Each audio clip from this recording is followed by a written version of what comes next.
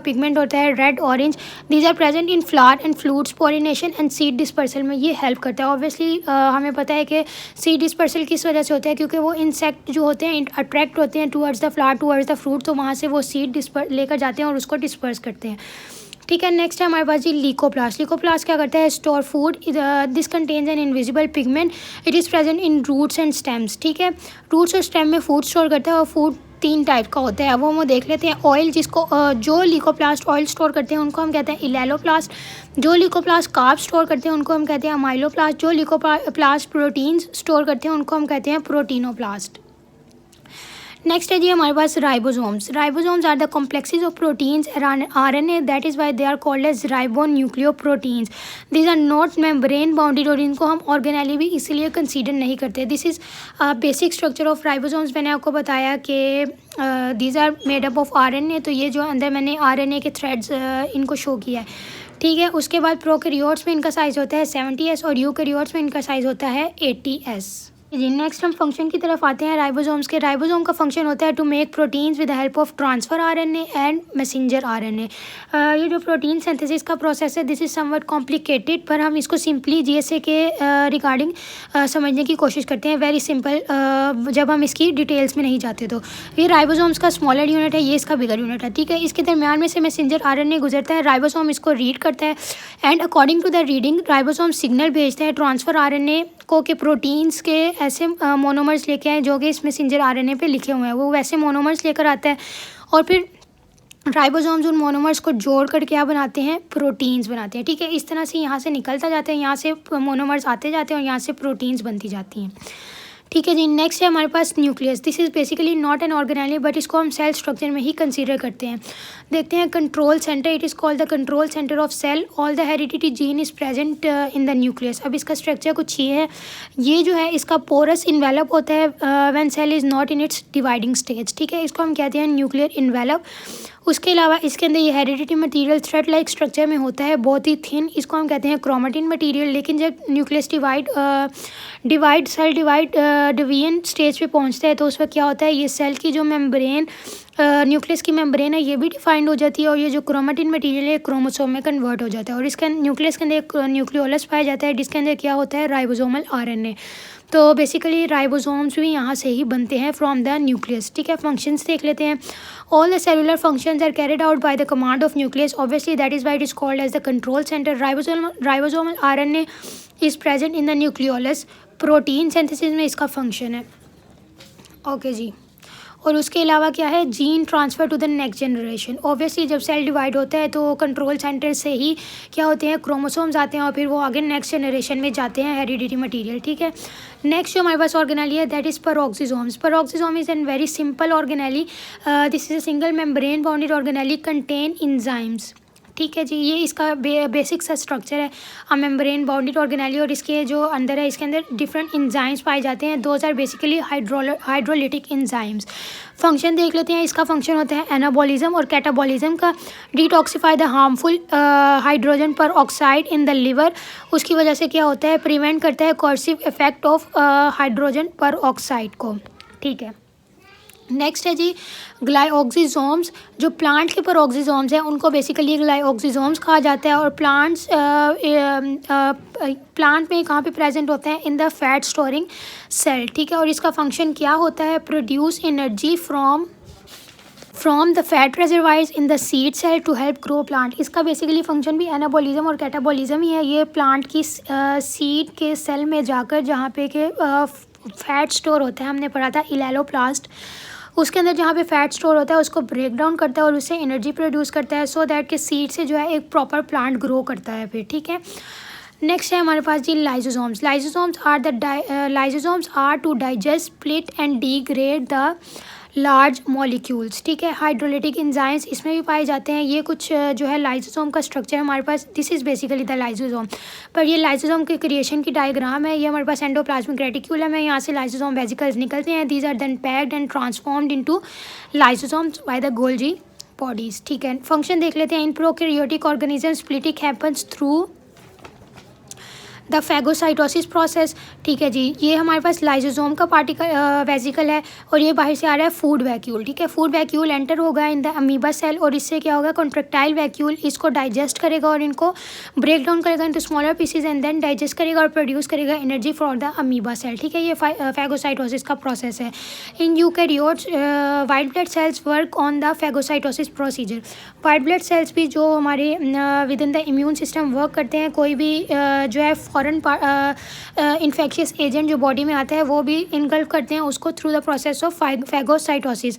Warne out all organelles are digested by the lysosomes. Lysosome क्या करता है, उन ऑर्गेनेलिस के अंदर जाता है और वहाँ पे खुद को ब्रस्ट कर लेता है, जिसकी वजह से क्या होती हैं, वो ऑर्गेनेलिस डेड हो जाती हैं।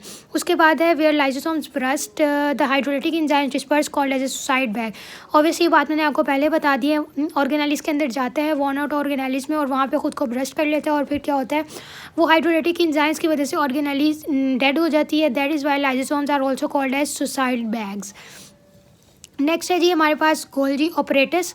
गोल्जी बॉडीज़ और गोल्जी वेजिकल्स को जब हम मिला के बात करें तो उसको फिर हम कहते हैं गोल्जी ऑपरेटस, और प्लांट में इसको कहा जाता है डिक्टोसोम्स जी। This is the structure of Golgi apparatus. Basically क्या होता है, ये सारा स्ट्रक्चर है गोल्जी ऑपरेटस का। These are Golgi bodies and these are Golgi vesicles, इनको मिला के हम कहते हैं Golgi apparatus.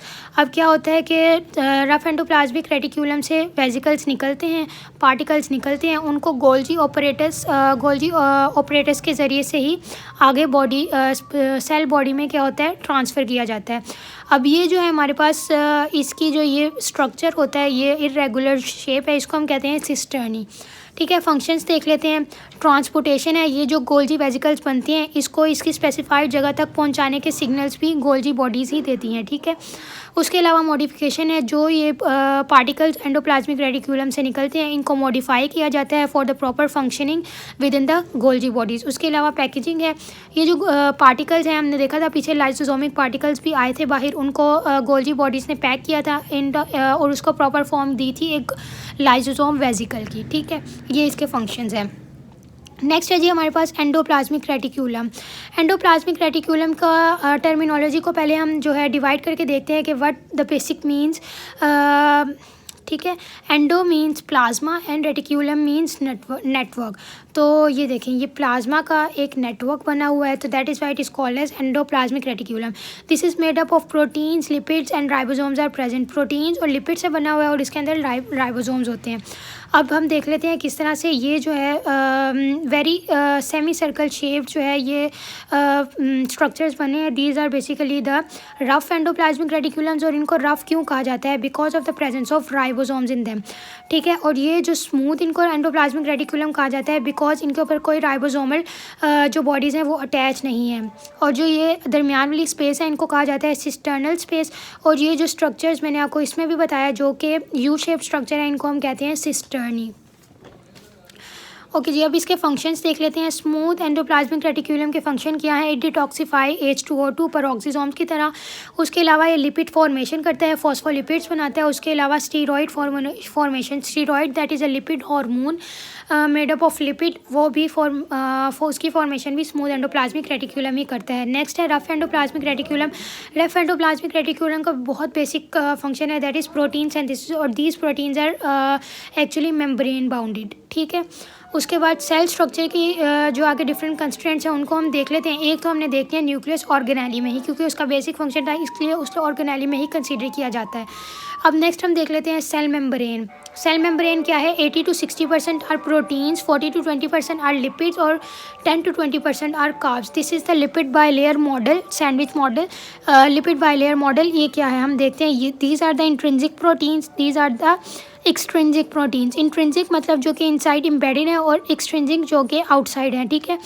These are the phospholipids molecules, ठीक है जी। और ये हमारे पास है carbs attached on the proteins, जिनको हम कहते हैं ओके जी, दीज आर द कार्ब्स जिनको हम कहते हैं बेसिकली द मार्कर्स, ठीक है। नेक्स्ट अब इसके फंक्शन देख लेते हैं। आइडेंटिटी मार्कर्स, इसकी वजह से ही हमें आइडेंटिफाई होता है। दीज प्रोटीन्स एंड कार्ब्स के जो बॉन्ड होते हैं, इनकी वजह से ही हम आइडेंटिफाई करते हैं कि कौन से सेल की ये सेल मेम्ब्रेन है। जो डिफरेंट पार्टिकल्स हैं वो भी इसी से ही मार्क करते हैं कि कौन से सेल की सेल मेम्ब्रेन है ये, ठीक है। उसके बाद है ट्रांसपोर्टेशन। इसमें ट्रांसपोर्टेशन होती है एक्टिव ट्रांसपोर्ट और पैसिव ट्रांसपोर्ट। दो किस्म की ट्रांसपोर्ट होती है। ट्रांसपोर्टेशन बेसिकली जो है इसमें दो किस्म की फैसिलिटेट की जाती हैं because of the presence of phospholipids, ठीक है। और उसके अलावा जो सेल मेम्ब्रेन है, this provide support to the structure of cell. Okay जी, जो नेक्स्ट हमारे पास सेल स्ट्रक्चर है that is cell wall. This is basically present in the plant cell, और सबसे पहले जो है इसे प्लांट सेल में ही डिस्कवर किया गया था और एनिमल सेल में सेल वॉल नहीं पाई जाती। प्लांट सेल के अलावा it is present in bacterial cell और in the present in the fungi cell also. जो प्लांट में है this is made up of cellulose, bacteria में this is made up of peptidoglycan और फंजाई में this is made up of chitin. ये कुछ structure है। This is the cell membrane of plant, this is the cell wall of the plant cell, ठीक है। अब cell wall की आगे डिफरेंट जो है डिवीजन की गई है। This is the secondary cell wall, this is the primary cell wall and this is the middle lamella. और इस मिडल लैमेला से ही जो है प्लांट सेल दूसरे प्लांट सेल से कनेक्ट होता है थ्रू द पोर्स, उसको हम कहते हैं मेसोडेस्मेटा, ठीक है जी। नेक्स्ट है फंक्शन देख लेते हैं। प्लांट सेल ऑब्वियसली रिजिड होती है तो वो सपोर्ट प्रोवाइड करती है टू द सेल को।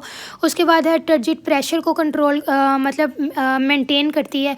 उसके अलावा स्टोरेज रिजर्वायर के तौर पर काम आती है। उसके अलावा protection from the outside forces जो पैथोजेंस हैं उनसे प्रिवेंट करती है प्लांट सेल को, ठीक है। नेक्स्ट है हमारे पास जी cytoplasm. Cytoplasm is basically the liquid inside the cell, जो कि हमने जिसमें डिफरेंट एक्टिविटीज़ परफॉर्म होती हैं विद इन द सेल, उसको हम कहते हैं साइटोप्लाज्म। अब जो सिर्फ लिक्विड होगा उसको हम कहेंगे साइटोसोल।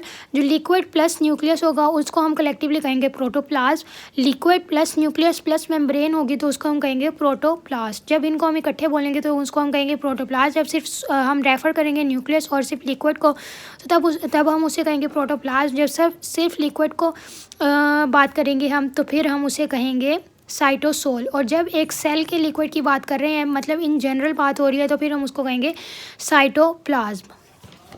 अब इसके हम देख लेते हैं फंक्शंस क्या होते हैं।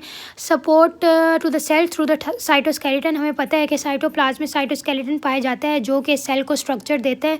और उसके अलावा बायोकेमिकल रिएक्शंस भी सारे साइटोप्लाज्म के अंदर ही होते हैं। डिस्ट्रीब्यूशन ऑफ बायोमोलिक्यूल्स, क्योंकि साइटोप्लाज्म रेगुलेशन में होता है तो उसकी वजह से बायोमोलिक्यूल्स जो हैं वो अपनी डेजिग्नेटेड पोजीशंस तक पहुंच जाते हैं और हर ऑर्गेनेली को एक इक्वेटेड अमाउंट जो है वो मिलती है बायोमोलिक्यूल्स की। उसके अलावा conducive environment to the organelles को कंड्यूसिव इन्वायरमेंट देता है साइटोप्लाज्म। और इसके अलावा storehouse for biochemical molecules, जो बायोकेमिकल मॉलिक्यूल्स हैं वो स्टोर भी रहते हैं within the cytoplasm. So people that's it from today's video of basics of life from the pointer of biological sciences।